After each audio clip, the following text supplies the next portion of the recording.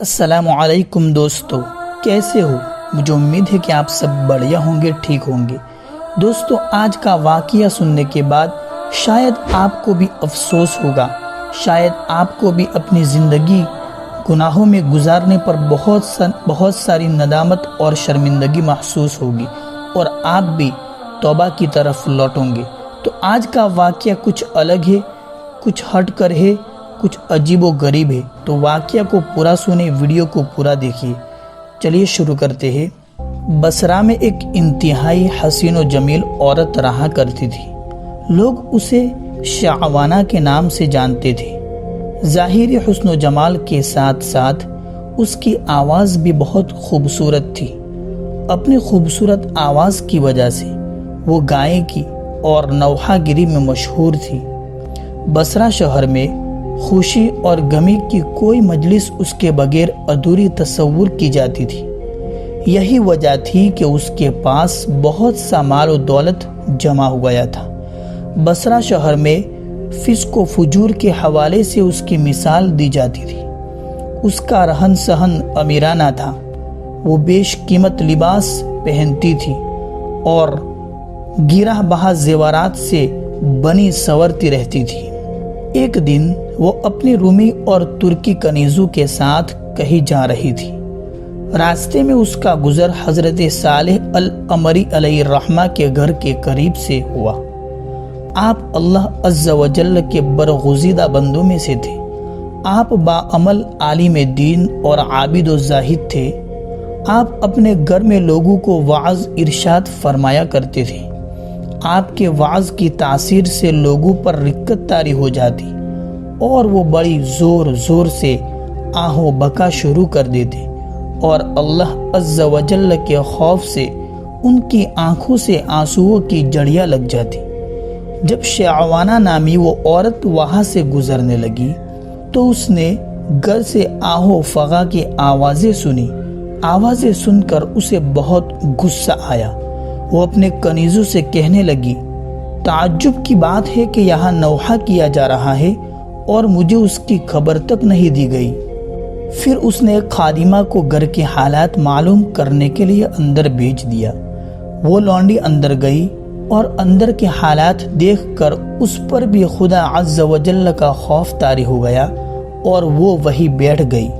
جب وہ واپس نہ آئی تو شعوانہ نے کافی انتظار کے بعد دوسری اور پھر تیسری لونڈی کو اندر بھیجا، مگر وہ بھی واپس نہ لوٹی۔ پھر اس نے چوتھی خادمہ کو اندر بھیجا جو تھوڑی دیر بعد واپس لوٹ آئی اور اس نے بتایا کہ گھر میں کسی کے مرنے پر ماتم نہیں ہو رہا بلکہ اپنے گناہوں پر آہ و بکا کی جا رہی ہے۔ لوگ اپنے گناہوں کی وجہ سے اللہ عز و جل کے خوف سے رو رہے ہیں۔ شعوانہ نے یہ سنا تو ہنس دی اور اس کا مذاق اڑانے کی نیت سے گھر کے اندر داخل ہو گئی، لیکن قدرت کو کچھ اور ہی منظور تھا۔ جو ہی وہ اندر داخل ہوئی، اللہ عز و جل نے اس کے دل کو پھیر دیا۔ جب اس نے حضرت صالح العمری علیہ الرحمہ کو دیکھا تو دل میں کہنے لگی، افسوس، میری تو ساری عمر ضائع ہو گئی۔ میں نے انمول زندگی گناہوں میں اکارت کر دی۔ وہ میرے گناہوں کو کیوں کر معاف فرمائے گا؟ انہی خیالات سے پریشان ہو کر اس نے حضرت صالح العمری علیہ الرحمہ سے پوچھا، اے امام المسلمین، کیا اللہ عز و جل نافرمانیوں اور سرکشوں کے گناہ بھی معاف فرما دیتا ہے؟ آپ نے فرمایا، ہاں، یہ وعظ و نصیحت اور وعدے اور وعیدے سب انہی کے لیے تو ہے تاکہ وہ سیدھے راستے پر آ جائے۔ اس پر بھی اس کی تسلی نہ ہوئی تو وہ کہنے لگی، میرے گناہ تو آسمان کے ستاروں اور سمندر کی جھاگ سے بھی زیادہ ہے۔ آپ نے فرمایا، کوئی بات نہیں، اگر تیرے گناہ شعوانہ سے بھی زیادہ ہو تو بھی اللہ عز و جل معاف فرما دے گا۔ یہ سن کر وہ چیخ پڑی اور رونا شروع کر دیا اور اتنا روئی کہ اس پر بے ہوشی طاری ہو گئی۔ تھوڑی دیر بعد جب اسے ہوش آیا تو کہنے لگی، حضرت، میں ہی وہ شعوانہ ہوں جس کے گناہوں کی مثالیں دی جاتی ہے۔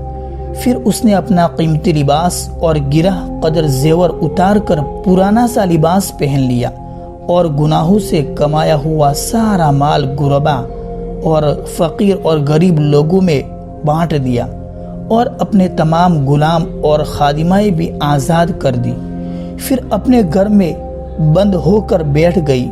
اس کے بعد وہ شب و روز اللہ عز و جل کی عبادت میں مصروف رہتی اور اپنے گناہوں پر روتی رہتی اور ان کی معافی مانگتی رہتی، رو رو کر اللہ عز و جل کی بارگاہ میں التجائے کرتی، اے توبہ کرنے والوں کو محبوب رکھنے والے اور گنہگاروں کو معاف فرمانے والے، مجھ پر بھی رحم فرما، میں کمزور ہوں، تیرے عذاب کی سختیوں کو برداشت نہیں کر سکتی، تو مجھے اپنے عذاب سے بچا لے اور مجھے اپنی زیارت سے مشرف فرما۔